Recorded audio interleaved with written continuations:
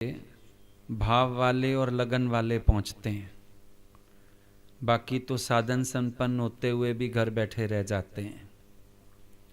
और जो दौड़ लगा लेते हैं वो मौज ले लेते हैं। अब चाहे हम कितना भी किसी को यहाँ का वर्णन करना चाहेंगे तो भी ऐसी मौज थोड़ी दिला पाएंगे। कैसे हम बैठे, क्या हमने फील किया, क्या हमने आनंद लिया, भगवान ने क्या व्यवस्था की, कहाँ सारी फ्लैट धरती पर बीच में पहाड़ है, हिल टॉप पे चढ़ के बैठे हैं। ये सब ईश्वर की मौज है ना। लेकिन परमात्मा के पीछे भागेगा लगन वाला। भगवान हमेशा एक बात बताते हैं कि हमारे पीछे पैसे वाले नहीं आते हैं, हमारे पीछे भाव वाले आते हैं। जिसके अंदर प्रेम है, जिसके अंदर भाव भक्ति है, वो कहीं भी पहुंच जाएगा। और जिसके अंदर इन चीज़ों का अभाव होता है, भले उसके घर में गाड़ी भी हो, भले उसके पास पैसा भी हो, तो भी उसके पांव पिंगले ही रह जाएंगे, नहीं पहुंच पाएगा। ये एक बहुत बड़ी सच्चाई है कि कृपा परमात्मा की सब पर होती है, लेकिन जब तक कोई अपनी कृपा नहीं करता है तब तक वो हासिल कुछ कर नहीं पाता है। यहाँ पर अपनी कृपा की इतनी ज़रूरत होती है कि हमारा पुरुषार्थ हो पाए। सब लोग कृपा पर तो आश्रित रहते हैं, लेकिन पुरुषार्थ वाले पार्ट को भूल जाते हैं, जबकि पुरुषार्थ वाले पार्ट को भी भूलना नहीं चाहिए। जैसे कृपा तो हुई, परमात्मा की बारिश हो गई, लेकिन जिस किसान ने अपने खेत में हल ही नहीं चलाया होगा, बीज ही नहीं डाला होगा, बारिश उसका क्या करेगी? वो कहता रहे भले भगवान की कृपा हो जाए, बारिश हो जाए, फसल हो जाए, लेकिन कहाँ से आएगी जब उसके पार्ट पर जो मेहनत करनी चाहिए थी वो उसने की नहीं है। इसी तरह से जीवन में भी हम बैठते हैं आश्रय रख के, ईश्वर कृपा करेगा। ईश्वर कृपा तो तब करे जब हमने अपना पुरुषार्थ किया हो। जिसने पुरुषार्थ नहीं किया उस पर ईश्वर कृपा क्या करेगी? एक बच्चे ने पढ़ाई नहीं की, आशीर्वाद मांगने आ जाए, आशीर्वाद दीजिए मैं पास हो जाऊं। आशीर्वाद तो उसके लिए काम करेगा जो पढ़ाई करके बैठा है। जहाँ पढ़ाई नहीं है, आशीर्वाद क्या काम करेगा? जीवन में पुरुषार्थ के महत्व को कभी नकारना नहीं चाहिए। कितने लोग मिलते हैं, सत्संग आने तक भी यत्न नहीं करना चाहते हैं, लेकिन कहेंगे आशीर्वाद दे दीजिए, हमारी भी जीवन बन जाए। आशीर्वाद दे दीजिए, हमारा जीवन सफल हो जाए, हमें लगन लग जाए, हमें भगवत दर्शन हो जाए। लेकिन आप सत्संग आने तक का भी अगर पुरुषार्थ नहीं करेंगे तो आपको ये समझ कहाँ खुलेगी? स्कूल जाना नहीं और बच्चा बोले मास्टर जी कृपा कर दो, पास करके सर्टिफिकेट घर भेज दो, क्या ये संभव है? इस तरह की बातें संभव नहीं होती हैं। हमको जीवन में अपने पुरुषार्थ के महत्व पर ध्यान देना है। सत्संग से जुड़ जाना काफ़ी नहीं होता, सत्संग के अकॉर्डिंग अपने साथ मेहनत करनी पड़ती है। मनन भी चाहिए, निध्यासन भी चाहिए, उससे पहले श्रवण भी चाहिए। अपने साथ मेहनत तो करनी पड़ेगी। अगर हम टाइम टू टाइम अपनी कृपा से वंचित हैं तो मंजिल हमारे पास नहीं है। एक बैठा हुआ पढ़ रहा था ग्रंथ साहब, और उसमें पढ़ रहा था सतगुरु सिक्का बंधन काटे, सतगुरु सिक्का बंधन काटे। एक संत सुजाग वहां से निकला, बोला बेटा अगली लाइन भी तो पढ़। कहता है वो नहीं पढ़ूंगा। क्यों? अगली लाइन में लिखा था, गुरु का सिख विकार तय हटे। उसको विकारों से हटना नहीं, अपनी मेहनत करनी नहीं, तो वो यहीं तक बैठा है, सतगुरु सिख का बंधन काटे। पर सतगुरु किसका बंधन काट सकते हैं? जब कोई अपने विकारों से खुद हटेगा ही नहीं, गुरु उसके विकार का बंधन कैसे काटेगा? जो कोई बंधन काटना चाहेगा खुद, गुरु उसकी मदद कर सकता है। पर अगर कोई अपना बंधन काटना ही नहीं चाहेगा, उसकी मदद भला कौन करेगा?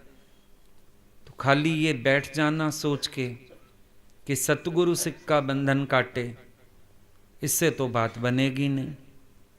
खाली संकल्प कर लो, खाना खा लें, भाई उठोगे, सब्जी काटोगे, बनाओगे, चपाती बनाओगे, फिर खाने का भी पुरुषार्थ।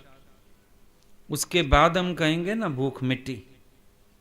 पर हम बैठे रहें, थाली आ जाएगी कहीं से, कहाँ से आ जाएगी? पुरुषार्थ तो हर जगह है, अपनी मेहनत तो है। अब जिनके पास कोरे बहाने हैं, क्योंकि लगन नहीं है, प्रेम नहीं है, भक्ति नहीं है, तो बहाने बहुत हैं। लेकिन लगन वाले के पास बहाना नहीं होता है।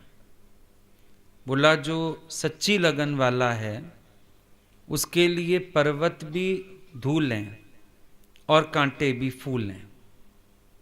पुरुषार्थी ना दूरी देखता है, ना थकान देखता है, ना परिस्थितियां आंकता है।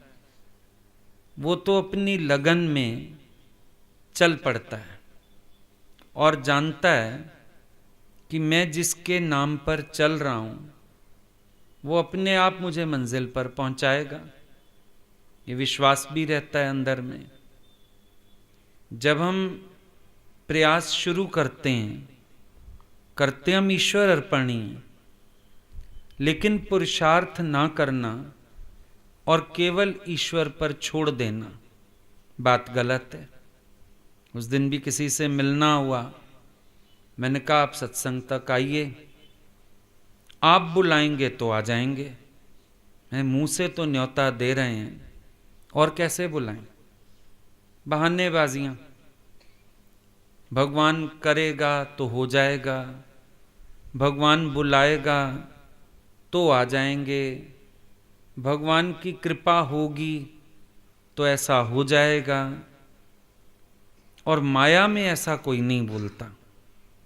हम आपको अगर कहते हैं संसार की बातें, अच्छा ईश्वर पर विश्वास करके छोड़ दो। भाई नौकरी नहीं लग रही, विश्वास रखो लग जाएगी। बच्चे की शादी नहीं हो रही, तुम आराम से बैठ जाओ, भगवान संयोग बिठाएगा। कहते हैं नहीं जी, अगर पुरुषार्थ नहीं करेंगे, देखा देखी नहीं करेंगे, आए जाएंगे नहीं, तो ऐसे घर बैठे थोड़ी हो जाएगा।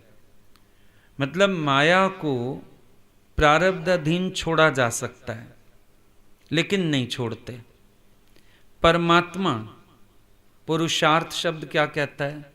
पुरुष परमात्मा के अर्थ, मतलब परमात्मा के लिए प्रयत्न होना चाहिए।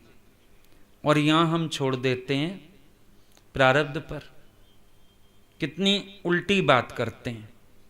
जैसे आदमी गया एक वैद्य के पास, आंख में भी दर्द है, पेट में भी दर्द है। वैद्य ने एक दिया सुरमा आंख में डालना, एक दिया चूर्ण खा लेना, पेट दर्द उतरेगा। घर पहुंचते तक भूल गया, पुड़िया बदल गई। सुरमा खा गया, चूर्ण आंखों में लगा दिया, दुर्गति हो गई। जो पहले हालत थी उससे भी ज्यादा हालत बिगड़ गई। ऐसे जब हम उल्टा कर देते हैं, हम लोगों को महापुरुषों ने, शास्त्रों ने, परमात्मा ने एक सबक पढ़ाया था, माया को प्रारब्ध पर छोड़ना, ईश्वर के लिए पुरुषार्थ करना।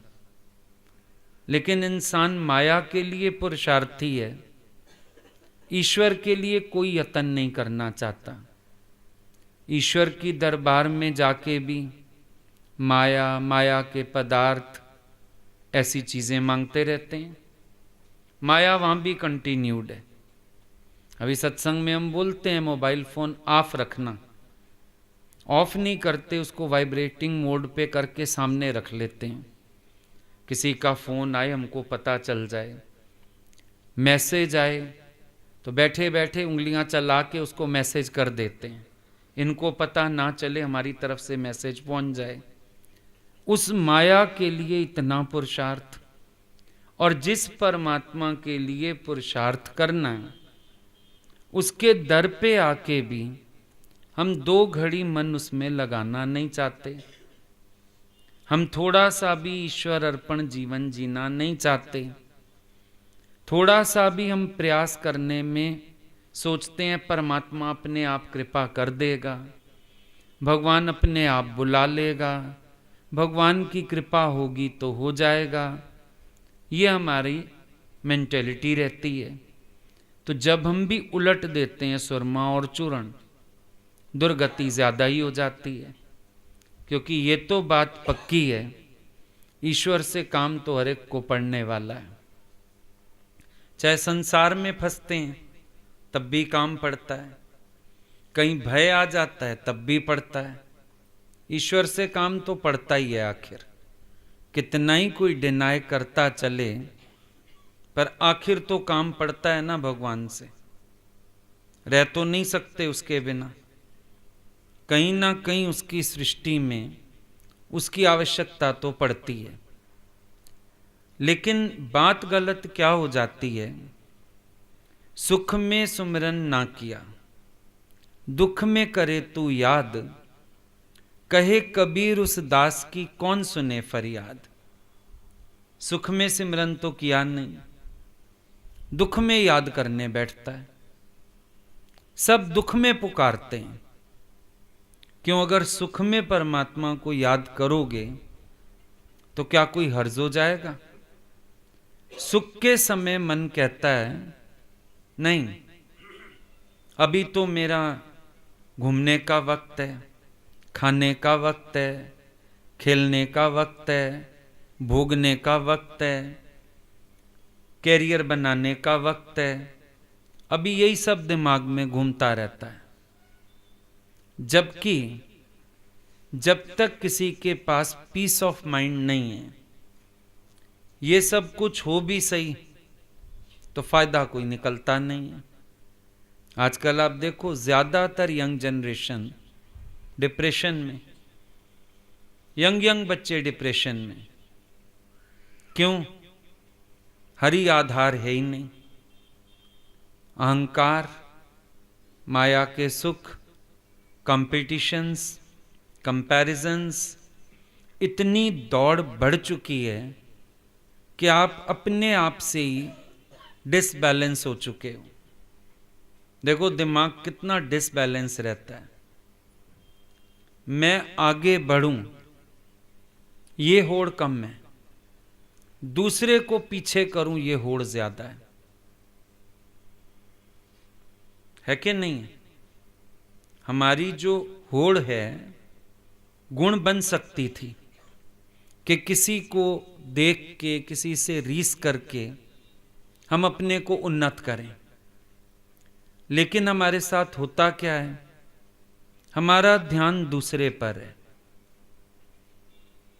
भाई दूसरे की भैंस मरनी चाहिए, अपनी दीवार गिरती है तो कोई बात नहीं, मेरी दीवार का नुकसान हो जाए चाहे, पर सामने वाले की भैंस मरनी चाहिए।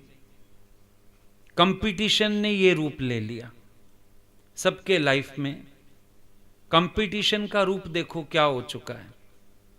अपनी उन्नति, अपना आगे बढ़ना ये नहीं है, लेग पुलिंग ये है जिसने पॉलिटिक्स को पैदा किया है। हर जगह आप देखते हो पॉलिटिकल एटमॉस्फेयर। उस पॉलिटिकल एटमॉस्फेयर को जन्म कौन दे रहा है? हर कोई दूसरे की लेग पुलिंग करना चाहता है। अब ये सब चीजें माइंड में मेस तो पैदा करती हैं, क्योंकि ईश्वर का भी एक कानून है कि गलत कर्म करके चैन किसी को नहीं पड़ता। ये एक प्रकृति का नियम है। भले हम अंदरूनी चालाकियां खेलें, भले हम होशियारियां करें, लेकिन पीस ऑफ माइंड डिस्टर्ब होता रहता है।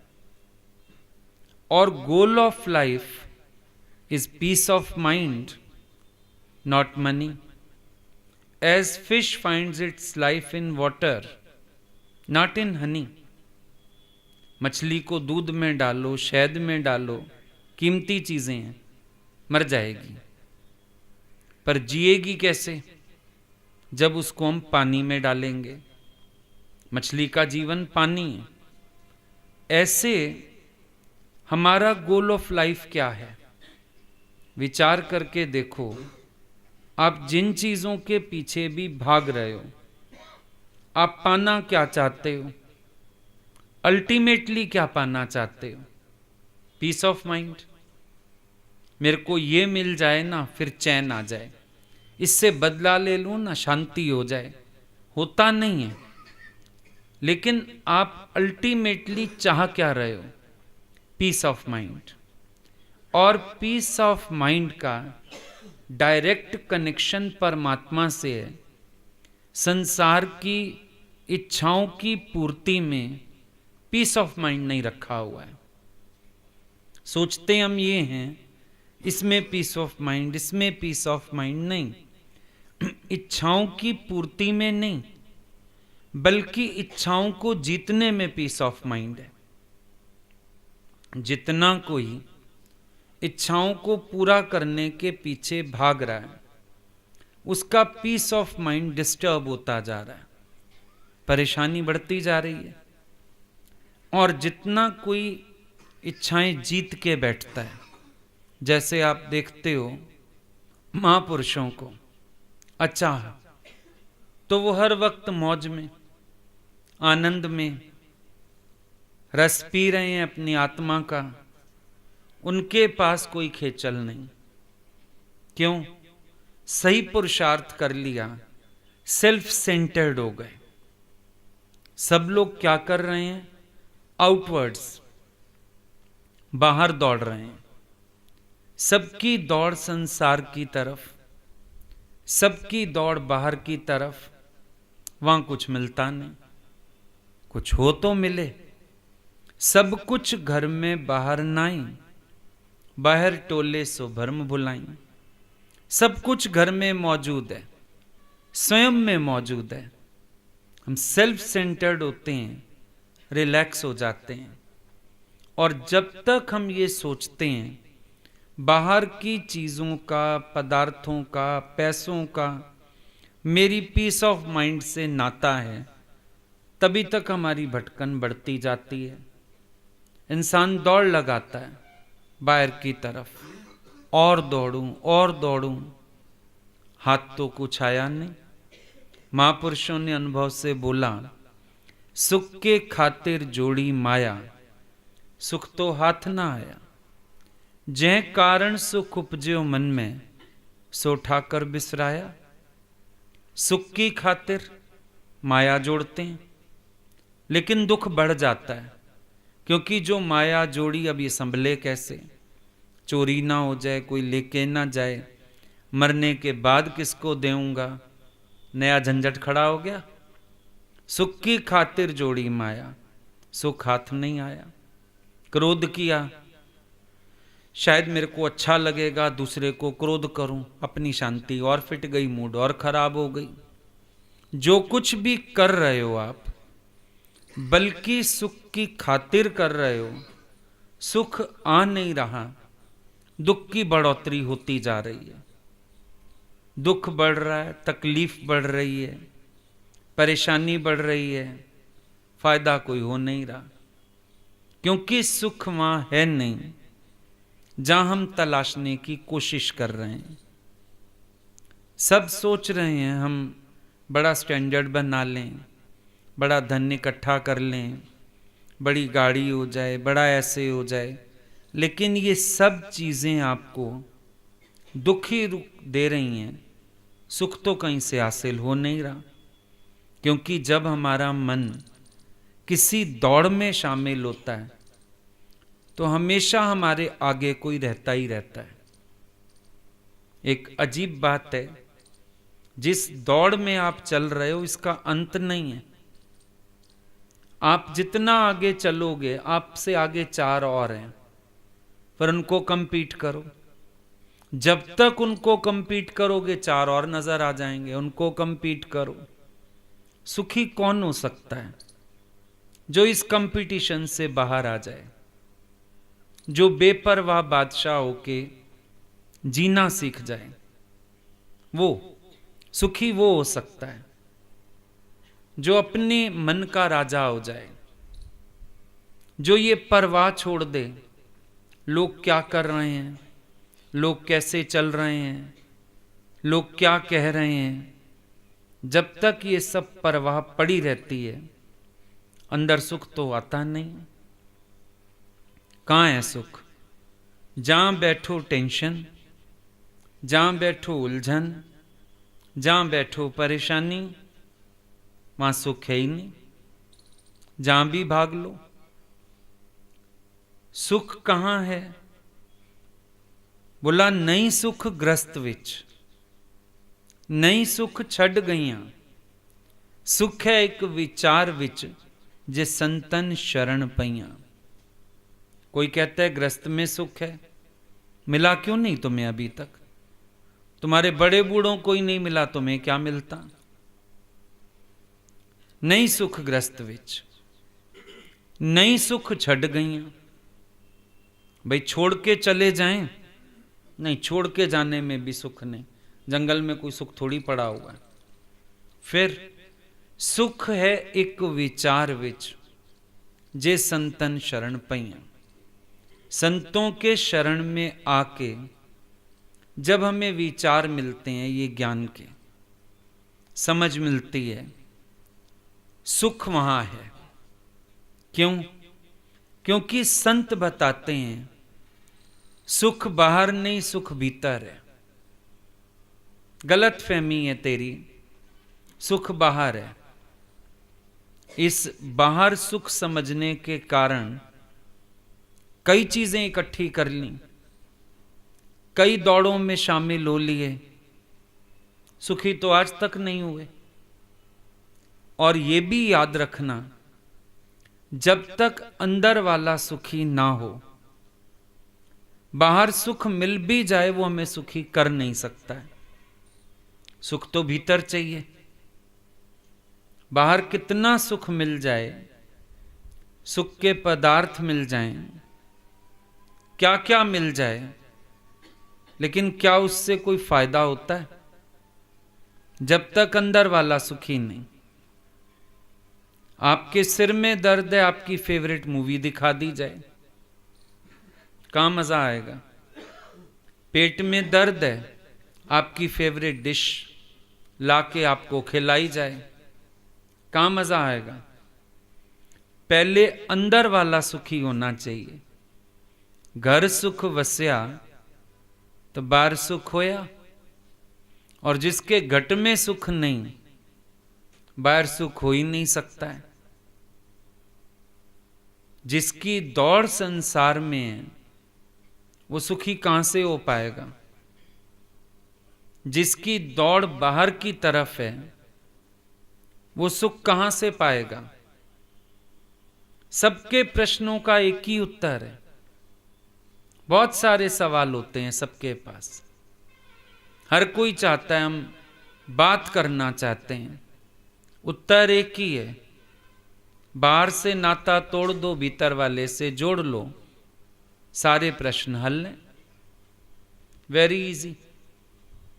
जब तक दिमाग दूसरे में है, तब तक ही तो परेशानी है। कोई बेटे से तंग, कोई बहू से तंग, कोई सास से दुखी, कोई दफ्तर से दुखी, कोई किससे दुखी। दुख तेरे ख्याल में। बस हैं इंद्रियों की शक्तियां बाहर की ओर जो,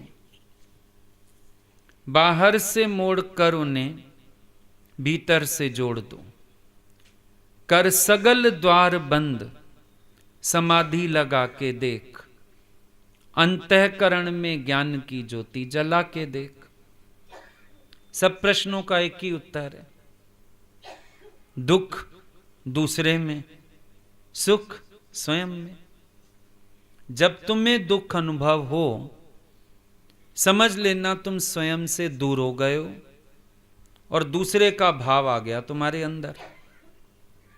अब सुखी होना चाहते हो, स्वयं में आ जाओ, दूसरे का संकल्प ले कर दो। क्या बात करोगे? दूसरा ऐसे करता है, दूसरा वैसे करता है, अब मुझे क्या करना चाहिए? तुझे मरना चाहिए। हाँ, कठिनाई करने की भाषा मत पूछने आओ, करने की आवश्यकता भी नहीं है। कर कर के तो दुनिया से आए हो, अब यहां आके मरना सीख लो। जिसको मरना आ गया, बात बस इतनी सी है।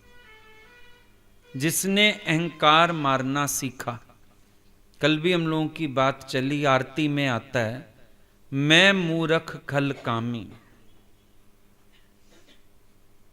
मतलब एक बार भगवान की दरबार में आके इस मैं का, इस अज्ञान का स्वरूप समझना जरूरी है। ये मैं कैसी है? मूर्ख खल कामी।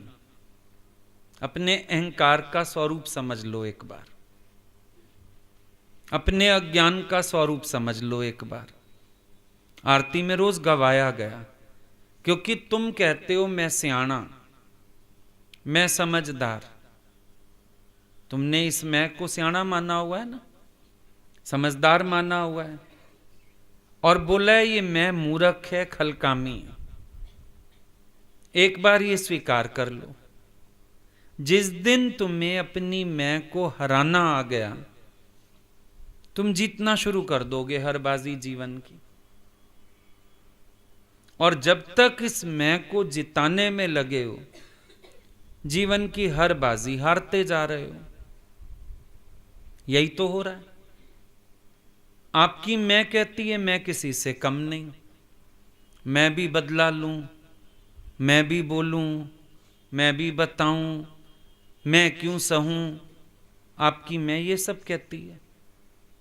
बस इस मैं को जान लो कि ये मैं ही अज्ञान है, और इसकी निवृत्ति कर दो। अब तुम कैसी भी परिस्थिति में हो, तुम आनंद में हो। रोज तुम्हें हमसे प्रश्न करने की जरूरत नहीं पड़ेगी। हम भी पूछेंगे ऐसी परिस्थितियों में तुम कैसे रह रहे हो, तुम बोलोगे बहुत आनंद है। जब तक मैं हूं तब तक तो चिंतन है सारा दिन, बेटा ये, बहू वो, फलाना ये, सारा दिन दिमाग में हलचल हलचल हो रही है। मैं हूं ही नहीं। जैसे पिक्चर चलती है, पिक्चर से मैं अलग हूं। अलग होके पिक्चर देखो, संसार में भी अलग होके पिक्चर देखो। ये सारे पात्र आपस में लगे पड़े हैं, तुम काहे इन्वॉल्व होने जाते हो? दृष्टा की कुर्सी पे बैठो। पिक्चर हॉल में अपना सोफा नहीं छोड़ना होता, नहीं आसपास वाले मारते हैं, बैठ जा, हमारी पिक्चर मत खराब कर, बोलना भी नहीं होता। बस इतनी युक्ति सीख जाओ। ये पिक्चर में ना सारे अपना अपना पार्ट प्ले कर रहे हैं, लगे पड़े हैं, देखो उनको। पिक्चर देखने जाते हो, क्या देखते हो? आपस में लगे हुए हैं।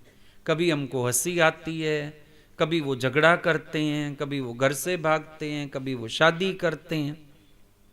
घर में भी एक सोफा, बैठ जाओ उस पे चढ़ के, देखो सबकी पिक्चर चल रही है। हर कोई अपने अपने स्वभाव मौजूद चल रहा है।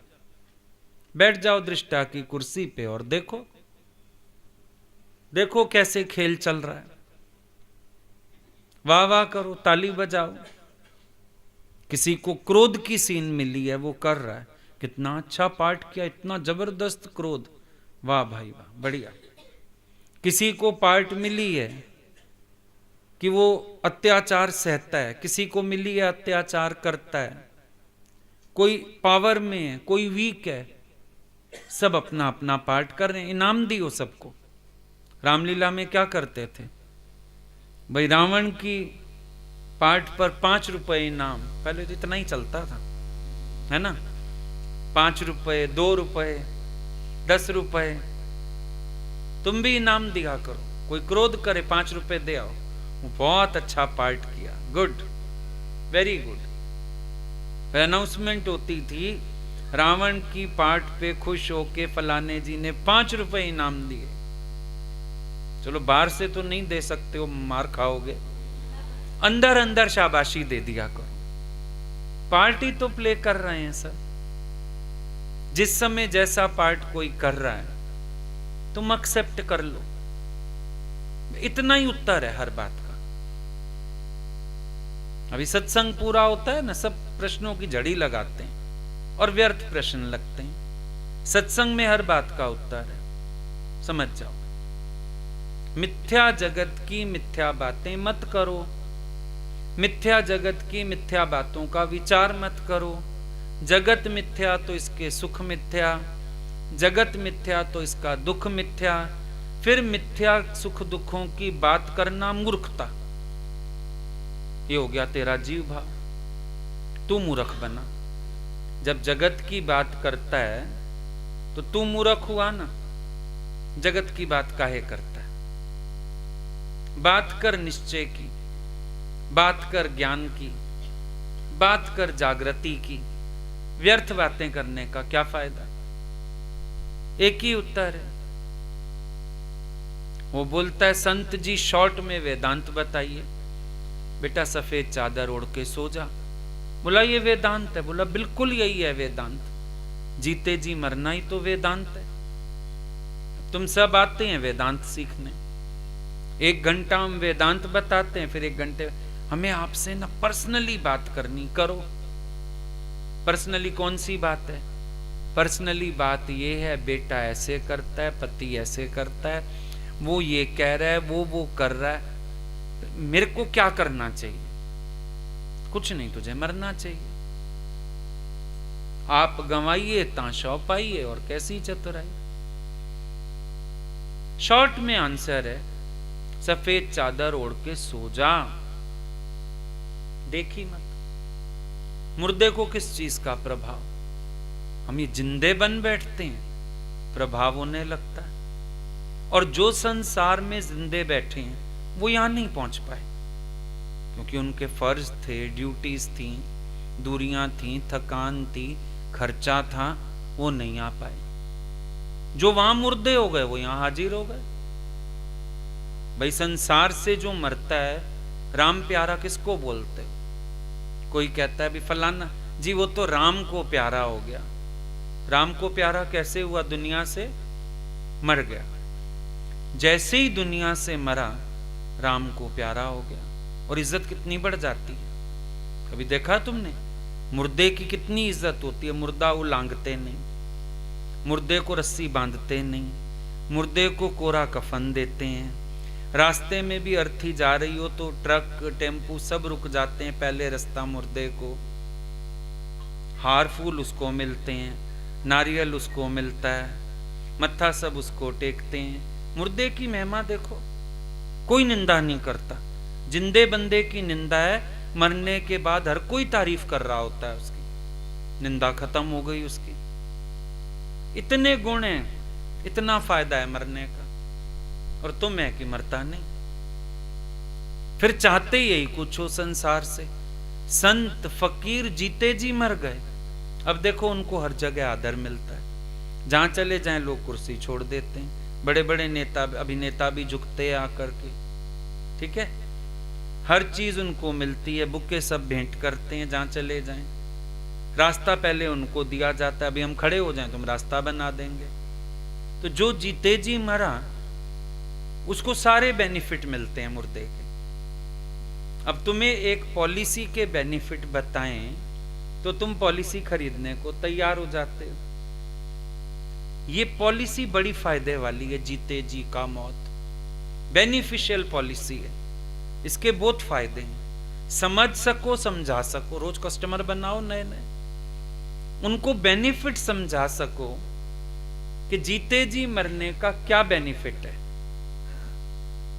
सर्व दुखों की निवृत्ति, पूर्ण परम आनंद की प्राप्ति मिल जाती है, जीवन मुक्ति। भाई मुर्दे को मान लगेगा, अपमान लगेगा। एक बार निश्चय करो मैं ना, फिर तो पुरुषार्थ भी आसान है कि मन में कोई बात आए अपने से पूछो, मुर्दे को लगेगा क्या? मैं तो भगवान के दर पे निश्चय करके आया, मैं हूं ही नहीं, मैं फिर हलचल में क्यों आ रहा हूं, मैं उलझ क्यों रहा हूं, मैं दुखी सुखी क्यों हो रहा हूं। दे सकते हो विचार अपने को, इजी हो जाएगा और सब प्रश्नों का हल आ जाएगा। जो आप कहते हो ना फिर हम उलझ जाते हैं, बिल्कुल नहीं उलझोगे। ये मास्टर की है। नानक जी ने पूरा ग्रंथ साहब बेस किया इसी बात के ऊपर, जीते जी मरने पर। आपा मेट जीवत मरे ता पावे करतार, ये मास्टर की है। जीते जी मरना सीखना है, खत्म बात। अब तुम जो प्रश्न करते हो फिर जीने की व्यवस्था कर रहे हो ना, जीने की व्यवस्था करते हो ना। जो भी प्रश्न करते हो जीने की आस है, फिर सोचते हो और जीना है। तभी तो बाहर की हालतें ठीक करना चाहते हो, बैलेंस करना चाहते हो, मर्जी से चलना चाहते हो। ये सब जिंदे बंदे का शोर है। जो जीते जी मर गया उसका कोई शोर ही नहीं। सारा समय इंसान देह अध्यास में तो पड़ा है। अन्नमय कोश, देह अध्यास, इससे ऊंचा उठता ही नहीं। इसी शरीर को सब कुछ मान के मैं सुंदर दिखूं, ब्यूटीफुल लगूं, लोग मेरे को देखें, मैं ऐसा हो जाऊं, मैं वैसा हो जाऊं, यही मुसीबत पड़ी हुई है सबको। शरीर को देख रहे हैं, मुर्दा सिंगारे जीव फुली व्यो फुली, तो खेपाण खां जीव भुली व्यो भुली। आजकल वो रगड़ा पड़ा है सेल्फीज का। उस दिन हम लोग कहीं गए फंक्शन में, आधा घंटा एक हस्बैंड वाइफ पिल्लर पिल्लर पे खड़े होके सेल्फियां सेल्फियां सेल्फियां। इतनी बीमारी हो गई है, क्या करेंगे। एक डॉक्टर के यहाँ गए, उधर फिजियोथेरेपी चलती थी। वहां वो जो उनकी वो असिस्टेंट थी, वो बैठी सारा दिन उस जहां फ्री हुए किसी पेशेंट को मशीन लगा के, फिर मोबाइल लेके फिर मुंह टेढ़े करती। भगवान ने अच्छा भला मुंह दिया उसको, कभी सुअर जैसा बना देती थी, कभी कैसा हम बोले क्या हो रहा है इसको।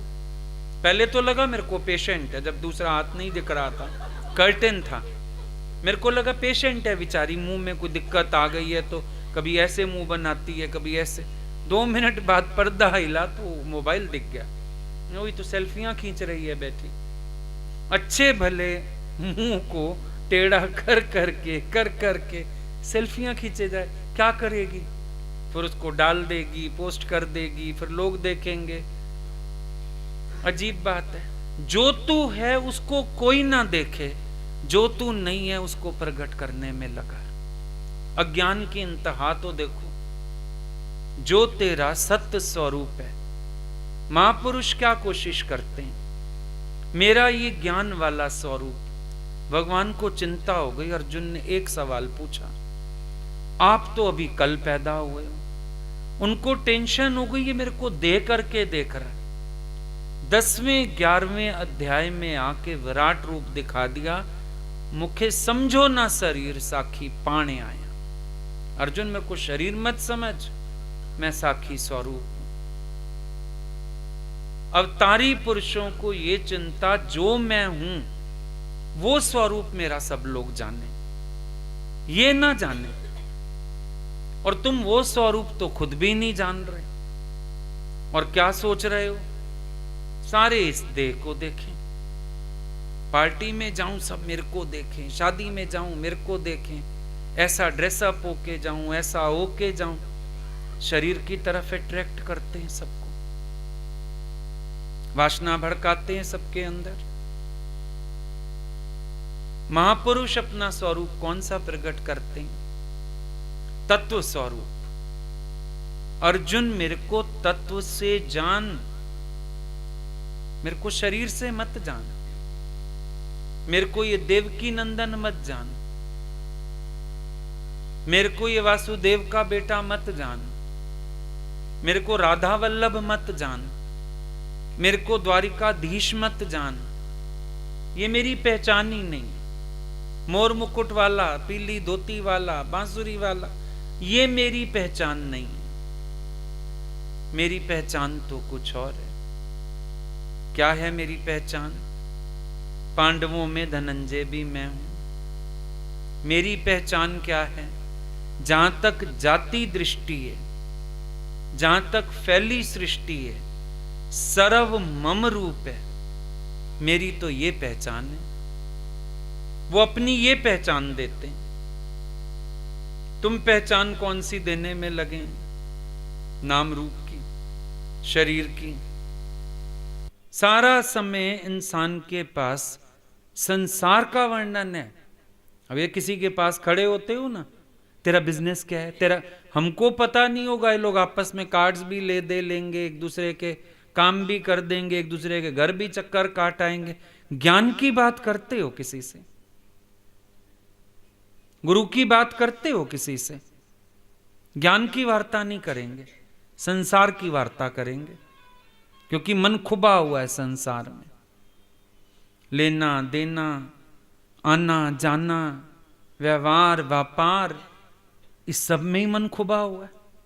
कब सिमरेगा राम? बचपन था, खेल कूद के बिता दिया। जवानी विषय भोगों में गई, बुढ़ापा रोगों में और शोकों में चला गया।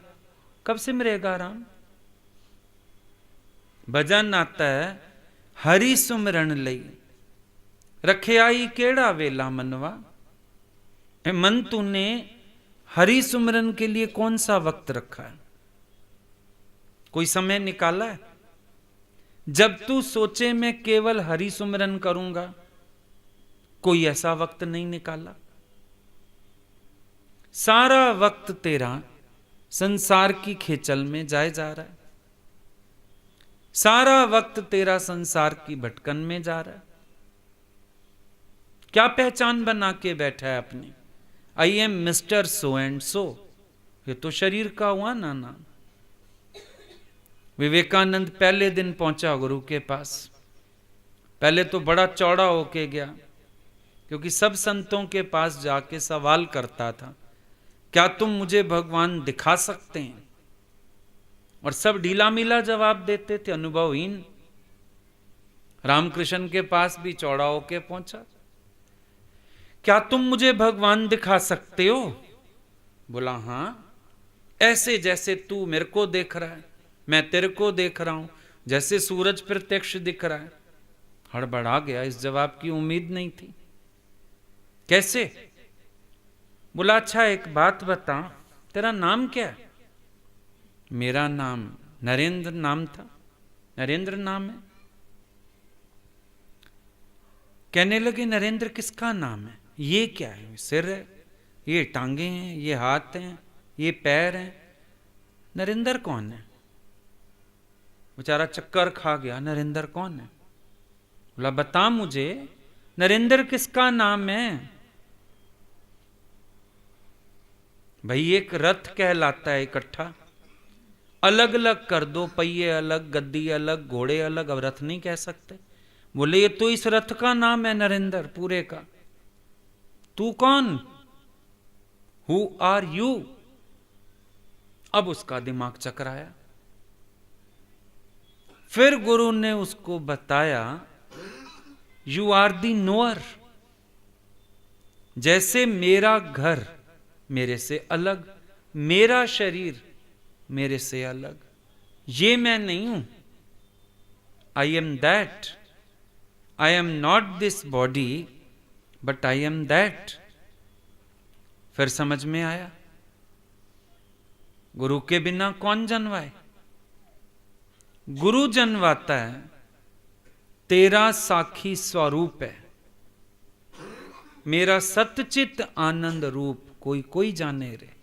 और जब कोई स्वरूप को जानता है तब वो देह अध्यास की इन बातों से ऊंचा उठ पाता है, वरना ये देह अध्यास की बातें उसको अलग नहीं होने देती हैं, वरना ये देह अध्यास की बातें उसको माया रहित नहीं होने देती हैं, वरना ये देह अध्यास की बातें उसको जागृत नहीं होने देती हैं। ये अपनी देह बुद्धि हमको जीतनी पड़ेगी, अपने अंदर के विकारों को हमको जीतना पड़ेगा। लेकिन जीतेंगे कैसे? अपने साक्षी स्वरूप का निश्चय करके जीतेंगे। जीतेंगे कैसे? अपने अंदर के अभिमान को गवा के जीतेंगे, वरना तो जीतना भी कठिन है। कैसे जीत पाएंगे? जब तक तुम जान नहीं रहे हो, तुम शरीर की मैं में ही पड़े हो, तुम्हें शरीर से कनेक्टेड हर इच्छा घसीटेगी, क्योंकि तुम जान नहीं रहे हो तुम कौन हो। पहले जानना पड़ेगा, जाने बिना तो गुजारा होगा नहीं ना। भाई एक स्त्री को जान ही नहीं रही है कि पति मर गया, तब तक तो उसको सुहाग के सारे चिन्ह चाहिए। रात को पति मरा, उसको खबर नहीं, वो तो सुबह उठ कर के अपना सब करेगी ना, श्रृंगार विंगार चाहिए। जिसको पता चल जाएगा वो फिर शांत होके बैठ सकती है। ऐसे जब तक किसी को देह अभिमान बांधता है तब तक उसको संसारिक हर इच्छा बांधती है, बांधती चलेगी, खाली नहीं हो पाएगा। बाहर से त्याग भी करेगा, अंदर मन संकल्प करेगा, बाहर से छोड़ेगा, अंदर से पकड़ेगा। बाहर त्याग होगा, भीतर ग्रहण होगा। बाहर दुख रूप कहेगा, अंदर सुख रूप समझेगा। आप देखना, जब तक आपके अंदर देह बुद्धि रहती है, वैराग पूरा नहीं है। देह से वैरागी वैराग है, संसार से कोई वैराग नहीं होता। अपनी मैं से वैराग, शरीर से वैराग, यही वैराग है सारा का सारा। संसार से वैराग क्या करेगा? तो जब तक भीतर मन में राग बंधे रहते हैं, अनुभव करना, आप जबान से निंदा भी करोगे सांसारिक पदार्थों की, भोगों की, जुबान निंदा करेगी पर मन उसमें सुख मानेगा। जबान त्याग की बात करेगी, मन अंदर सारे विषय ग्रहण करके बैठेगा। जबान बाहर से खोट दिखाएगी, संसारिक सुखों में ये खोट, पदार्थों में खोट, भोगों में खोट, और अंदर मन को देखना, वो सारे गुण याद करके रस ले रहा होगा। देखो कितना अंतर है। इसीलिए सबसे पहले हमको अपने स्वरूप को जानना चाहिए, इस देह अध्यास को माइनस करना चाहिए, तब बात बनती है। वरना तो ऊपर ऊपर बातें सतह पे चलती रहती हैं बस सबके, सुनी सुनाई बातें हम भी रिपीट कर लेते हैं। सुनाया ज्ञान दूसरे को, खुद अपनी स्थिति है नहीं उसमें, क्योंकि अपना देह अध्यास तो गया नहीं, अपनी मैं तो गई नहीं। गुरु जहां से बात करता है पहले वहां से हमें बात कैच होनी चाहिए, समझ आना चाहिए। ज्ञान है क्या, सत्संग है क्या, तुम वो समझो जो गुरु समझाता है। गुरु क्या समझा रहा है उस बात को समझ लो, पहले उसको धारण करो। तुम्हें मालूम होना चाहिए संसार की वैल्यू क्या और ज्ञान की वैल्यू क्या। अब जिसको वैल्यू संसार की है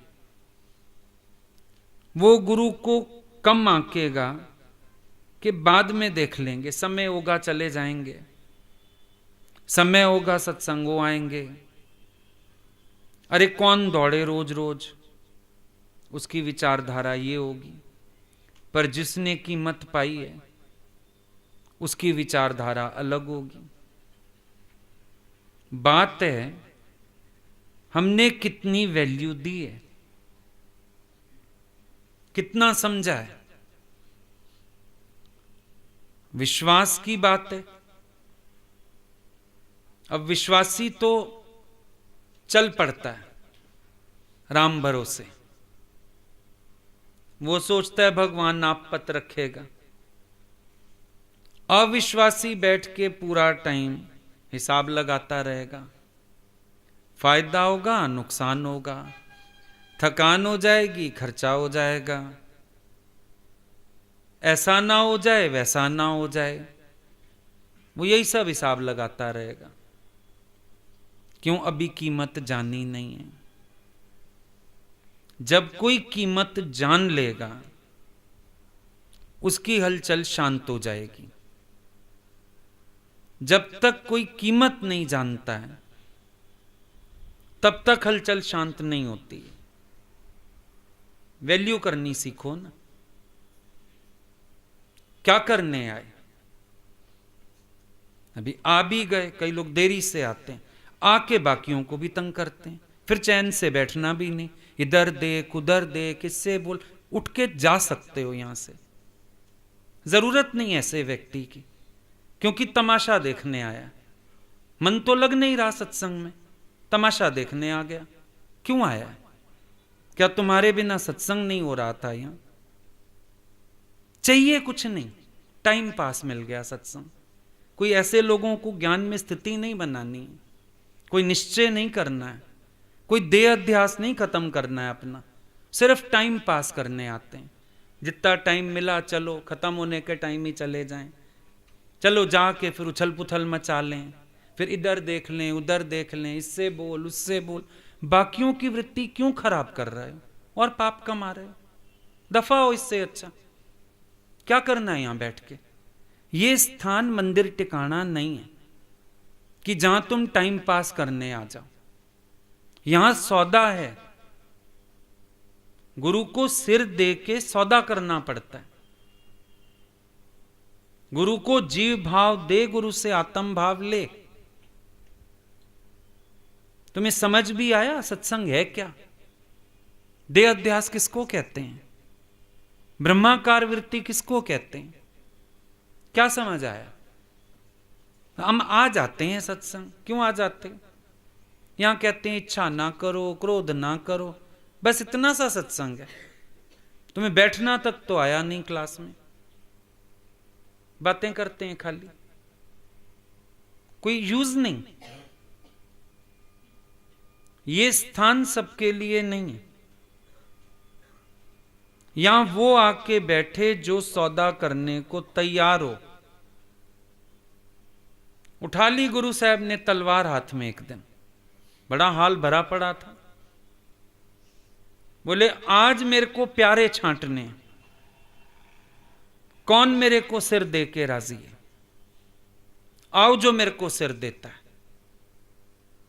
इतनी भीड़ में एक हाथ उठा, अंदर ले गए उसको। आवाज आई कुछ कटने की, खून वाली तलवार लेके बाहर आ गए। आओ भाई नेक्स्ट, और कौन प्यारा? लोग समझ गए, इन्होंने उसको मौत के घाट उतार दिया। कुछ लोग तो खिसक लिए, हम तो समझे सत्संग है, गुरु है, ये तो कसाई है। एक ने और हिम्मत करी, हाथ उठाया, उसको भी अंदर ले गए। आवाज आई फिर गुरुजी तलवार लेके बाहर, खून वाली, आ जाओ, और कौन प्यारा? करते करते 5 निकले, बाकी हॉल खाली, भाग गए सारे। उन 5 प्यारे नानक जी के 5 प्यारे कहलाते हैं। आप देखते हो जलूस में 5 प्यारे आगे आगे चलते हैं। वो 5 जिन्होंने सिर दे के सौदा किया गुरु से, वो गुरु साहब के प्यारे कहलाए। उनको आशीर्वाद मिला, पंच परवान पंच प्रधान पंच दरगाह पावे मान। उनको आशीष मिली। ए सौदा सच प्यारे दा है, इसका कोई ठेकेदार नहीं, इसका ठेकेदार कोई नहीं है। जो सिर दे वो पाए, जो कीमत करे वो पाए। जिसको संसार ज्यादा कीमती लगे उसको यहां कुछ नहीं मिलेगा। यहां वो आए जो सिर देने को तैयार हुए, उन्हीं को आशीर्वाद मिला। आज तक 5 प्यारे आगे चलते हैं। असल में गुरु ने सिर नहीं काटे थे, काटा उन्होंने बकरा अंदर जाके। लोगों को लगा सिर काटते जा रहे हैं, डर गए, उन्होंने तो बकरे काटे। पर अगले तो सिर देने को तैयार हुए, तो उन लोगों को हिम्मती माना गया। उन लोगों को माना गया कि इनका सही प्यार है परमात्मा से। तो यहां तो प्यार वाला पहुंचेगा, लगन वाला, चढ़ाई चढ़ के आ जाएगा। आज तो कुदरत परमात्मा की भगवान ने पहाड़ पे दरबार लगाया है। देख लो, पहाड़ी चढ़ के, पौड़ी चढ़ के, भाई पौड़ी पौड़ी चढ़दा जा, कहते हैं ना, वहां वैष्णो माता जाते हैं। तो आज तो सब पौड़ियां चढ़े हो, पहाड़ पे चढ़े हो। कौन चढ़ेगा? इस घाटी कोई शेर चढ़ेगा जिसके धड़ पर शीश ना हो। बातें सुनी हुई हैं, अमल नहीं करते। सारी संसार की चकाचौंध शोर सबसे परे हम लोग एक कोने में आ बैठे हैं आज हिल टॉप पे। सुना था क्राइस्ट 12 शिष्यों को लेके पहाड़ की चोटी पे चढ़ जाता था, सुनी थी बातें। आज हमारे भगवान ने सारी सिद्ध कर दी हैं। बैठो ब्रह्म ज्ञान का गूढ़ रहस्य समझो। शहर से दूर, कोई तुम्हें डिस्टर्ब करने वाला नहीं, कोई कुछ कहने वाला नहीं। नेटवर्क भी शायद नहीं मिल रहा है यहां पे, बढ़िया है। सारा संसार का अभाव कर दिया भगवान ने कि बस सबसे मन हटा के अर्जुन मेरे में मन रख और कुछ मत कर। तो कौन पहुंचेगा यहां? लगन वाला। कोई तो डर जाएगा, कोई घबरा जाएगा, कोई समय सोचेगा, कोई माया का नफा नुकसान सोचेगा। इनमें से कोई नहीं पहुंच पाएगा यहां। लगन वाला आ जाएगा। भगवान का भक्त दरअसल जुआरी होता है, व्यापारी नहीं होता। संसार में लोग व्यापारी हैं, नफे नुकसान सोचते हैं ना। पर भगवान का भक्त कैसा होता है? वो जुआरी होता है। जुआरी दाव लगाता है, नफा नुकसान नहीं सोचता। जो भक्ति मार्ग पर चल के व्यापारी बनने की कोशिश करेगा वो भी सफल नहीं। यहां तो जुआरी चाहिए होता है जो दाव खेल जाए। लगन तुमसे लगा बैठे, जो होगा देखा जाएगा। तुम्हें अपना बना बैठे, जो होगा देखा जाएगा। अब ये संकल्प आपका पुरुषार्थ हुआ। अब भगवान की कृपा तो बरसेगी, तुम्हारा दाव हारने तो नहीं देगा। वो जो दाव खेलेगा वो जीतेगा, क्योंकि भगवान अपने भक्त का दाव खाली नहीं जाने देगा। भगवान अपने भक्त को दाव हारने नहीं देगा। भगवान अपने भक्त पर कृपा करेगा। तो ये हम समझ सकते हैं कि हमारी लगन, हमारा शौक, हमारा पुरुषार्थ हमें भगवान के दर पे लेके आता है। भगवान तो सब पे कृपा करता है। सब आ जाएं, सब बैठें, सबको मिले तेरी रहमतें, सबको मिले तेरी बख्शिशें। लेकिन बोला ना, कोई कोई विरला यतन जतावे, या चुनरी पी के मन भावे। कोई कोई विरला यतन करता है, और जो यतन करता है वो पाता है। तो आप अपनी लगन से, अपने प्यार से आके बैठे हो। ईश्वर कृपा तो सब पर हुई, पर कितने चुने हुए लोग पहुंचते हैं, क्योंकि बाकियों को माया घेरा डाल छोड़ती है। अभी घर में दुख सुख हो जाए, छुट्टी ले सकते हैं। अभी घर में बीमारी हारी आ जाए, छुट्टी ले सकते हैं। जीना मरना हो जाए, छुट्टी ले सकते हैं। कोई फंक्शन होवे, छुट्टी ले सकते हैं। कोई गेस्ट बाहर से आ जाए, छुट्टी ले सकते हैं। भगवान के लिए, भगवान तो लगता है वेला है, हम थोड़े ना वेले हैं। भगवान तो फ्री में मिल रहा है, पैसे थोड़ी लग रहे हैं। लेकिन ये रिश्ते नाते, धंधे, नौकरियां, माया, ये तो 84 लाख भोग भोग के कमाई हैं, वो वैल्यूएबल लगती हैं। भगवान की कीमत ही नहीं लगती। भगवान के लिए तो सब सोचते हैं खाली समय हो तो चले जाओ, खाली समय हो तो सत्संग सुन लो, बाकी तो कीमती समय दो माया को। फिर भगवान भी तुम्हारे लिए यही सोचेगा कि कभी फ्री टाइम होगा तो ठीक है। सीधी बात है। आज भगवान से आशा रखते हैं, हमसे ही बहुत आशा रखते हैं लोग। हम कहते हैं हमारे यहाँ चलो तो चलो, हम कहते हैं हमें समय दो तो दो, सब कुछ मांगते हैं। उस टाइम भी निकल आता है। कहेंगे हमारे साथ चलिए, फलानी जगह चलिए, हमारा मन है आपको दिखाएं, आपको घुमाएं, आपको खिलाएं। अरे तुम्हारी तो छुट्टी नहीं, लो एक छुट्टी नहीं कर सकते हम आपके लिए, हो जाएगी छुट्टी। आज मेरा मन है आओ तुम्हें घुमाएं, आओ तुम्हें दिखाएं, आओ तुम्हें खिलाएं। मेरे मन से छुट्टी नहीं ले सकते। अपने मन के लिए छुट्टी ले लोगे। गुरु कितने बिजी शेड्यूल से भी समय निकाल ले तुम्हारे लिए, पर तुम्हारा समय तो बहुत कीमती। इसीलिए हम तारीफ उनकी करते हैं जो गुरु की कद्र करते हैं, गुरु के पीछे दौड़ते हैं, गुरु की महिमा जानते हैं। वही लगन वाले प्रेमी भक्त यहां आके पहुंचते हैं, और वही बधाई के पात्र हैं जिनका मन गुरु तक आने में रुकावट नहीं बनता।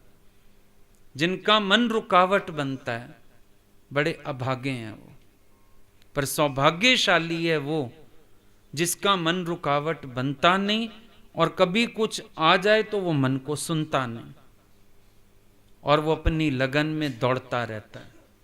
ऐसे भक्त के लिए बोला, एक कदम जो भी आगे बढ़ता है 100 कदम प्रभु आगे बढ़ता है। तो मिलाप होके रहता है फिर। ठीक।